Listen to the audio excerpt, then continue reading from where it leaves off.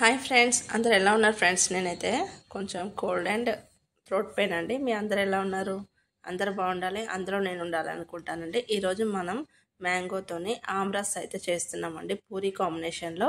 ఈ కాంబినేషన్ ఎంతమందికి ఇష్టమో కామెంట్లో చెప్పండి.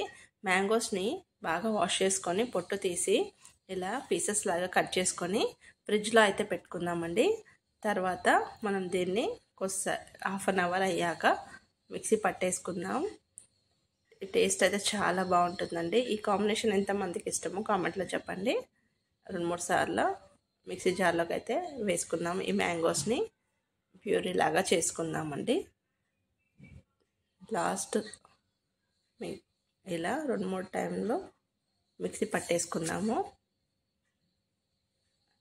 కొంచెం ఒక 2-3 సార్లు తిప్పుకుంటే సరిపోతుందండి. ఇలా ప్యూరీ అయిపోయింది కదండి. ఇంకొకసారి వేసుకున్న తర్వాత ఇందులో చక్కెర అయితే వేస్తున్నాము. మనకి తీపి సరిపడా చక్కెర అయితే వేసుకోవచ్చు. ఓకేనా ఫ్రెండ్స్? చక్కెర వద్దు అనుకున్న వాళ్ళు తేనె యాడ్ చేసుకుంటే సరిపోతుంది. కొంచెం పాలు అయితే వేస్తున్నాము.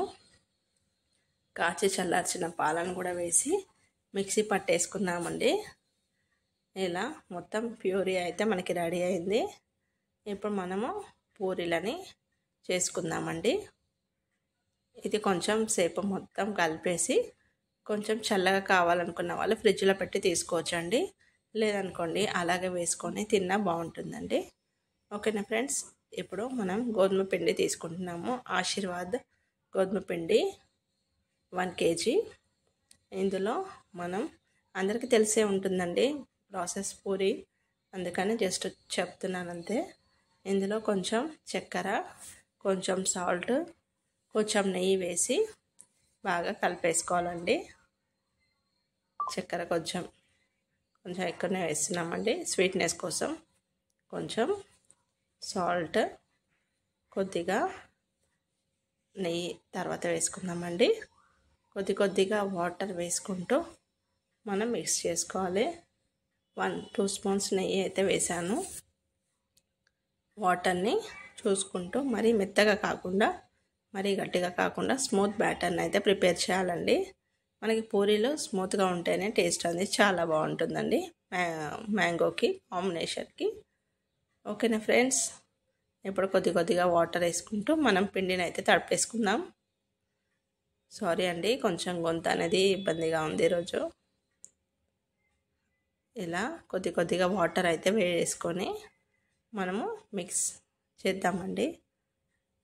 తర్వాత ఒక 5 minutes అయితే పిండికి కొంచెం రెస్ట్ ఇచ్చి మనం పూరీలు అయితే చేసుకోవచ్చు.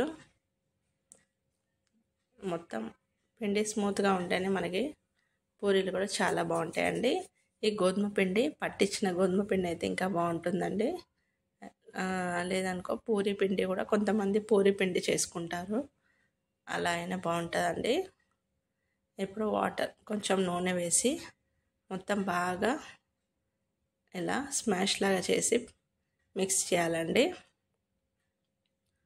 ఇలా ప్రిపేర్ అయింది కదండి. ఇప్పుడు ఒక 5 minutes పక్కకు పెట్టేసుకుందాం. అంతలోపు ఆయిల్ వేడి చేసి ఈ పూరీలు అయితే చేసుకున్నామండి. ఆయిల్ బాగా హీట్ అయినాకనే మనం పూరీ వేసుకోవాలండి. అప్పుడే మనకి పూరీ అనేది బాగా పొంగుతుంది, సాఫ్ట్గా కూడా వస్తుందండి. కొంచెం పైకి వచ్చినాక 2 వైపులా తిప్పుకుంటూ మనం ఇలా ఫ్రై చేసుకుంటే చాలా పూరీ అయితే మనకు వచ్చేస్తుంది. అందరికీ తెలిసే ఉంటుందండి, చిన్న టిప్స్తో చేసుకుంటే మనకి చాలా బాగా వస్తాయండి. ఓకేనా ఫ్రెండ్స్? ఇప్పుడైతే ఇవన్నీ ప్లేట్లోకి తీసేసుకుందాం. అలాగే మిగతా పూరీలు కూడా మనం ఫ్రై చేసుకుందామండి. మేమైతే ఏవి చేసినా మా ఇంట్లో అందరం ఒకేసారి అన్నీ చేసుకొని అందరం ఒకేసారి కూర్చొని తింటామండి, మా పిల్లలతో సహా. అందరు కలిసి తింటేనే మనకు ఒక హ్యాపీనెస్ ఉంటుంది. ఓకేనా ఫ్రెండ్స్? ఇలా ఆమ్రస్తో సర్వ్ చేశాను. వీడియో నచ్చితే లైక్ చేయండి, షేర్ చేయండి, సబ్స్క్రైబ్ చేయండి.